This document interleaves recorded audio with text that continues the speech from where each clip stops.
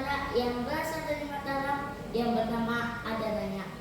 Singkat cerita, dalam pembaraannya ia bertemu dengan seorang wanita yang sangat cantik jelita di sebuah kampung yang bernama Pataruman.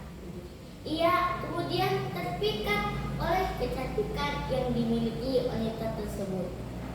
Luar biasa, cantik sekali wanita itu, akan segera kulamar dan kujadikan dia istri, ucap Adananya dalam hati.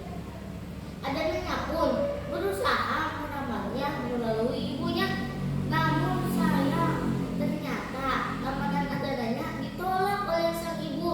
Ia berkecil hati dan merasa sungkan setelah mengetahui bahwa Adananya adalah seorang raja yang berasal dari Mataram, sedangkan ia hanya seorang rakyat biasa. Wanita cantik itu kemudian melarikan diri dari rumah ibunya ke arah barat. Dalam pelariannya ke arah barat, wanita cantik itu harus melewati hutan belantara. Kakinya kemudian terluka karena terjerat oleh tumbuhan yang terdapat di hutan tersebut. Darah yang keluar dari luka tersebut akhirnya menempel pada tumbuhan yang ia lewatinya. Adananya yang terus mengejar kemudian melihat dan mengikuti bercak darah yang menempel pada tumbuhan itu.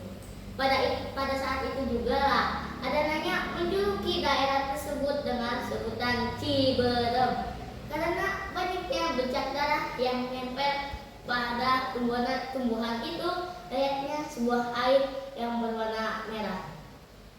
Ini pasti darah wanita itu, layaknya sebuah air yang berwarna merah.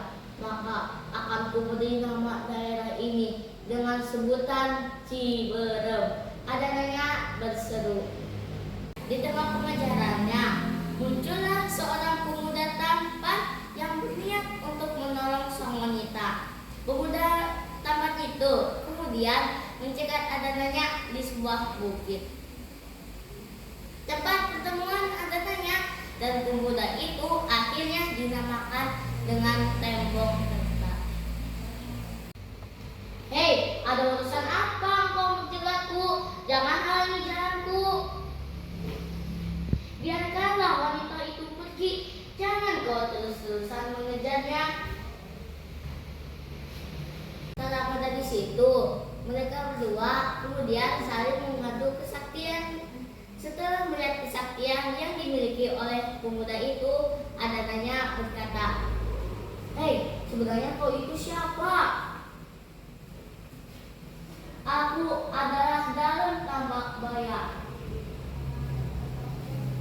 Dari pertarungan tersebut, akhirnya diketahui bahwa pemuda yang ingin menolong sang wanita adalah seorang raja yang berasal dari Galuh, Tirtabumi yang bernama Daun Tambak Baya atau Singa Berbangsa, bergerak Adipati Tirtabumi III.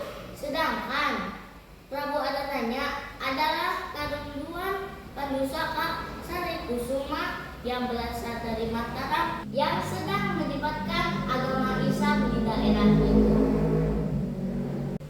Wanita cantik itu berlari mencari ibunya ke arah tenggara. Kesaktian Prabu Adananya dan Tambak Baya seimbang. Mereka beradu kesaktian dalam berlari.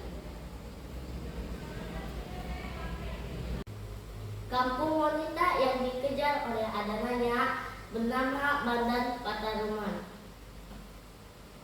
Nama Bandar Pataruman pun berubah menjadi Bandar Pataruman karena penduduk Mataram sering salah ucap. Pataruman juga sering disebut Bandar.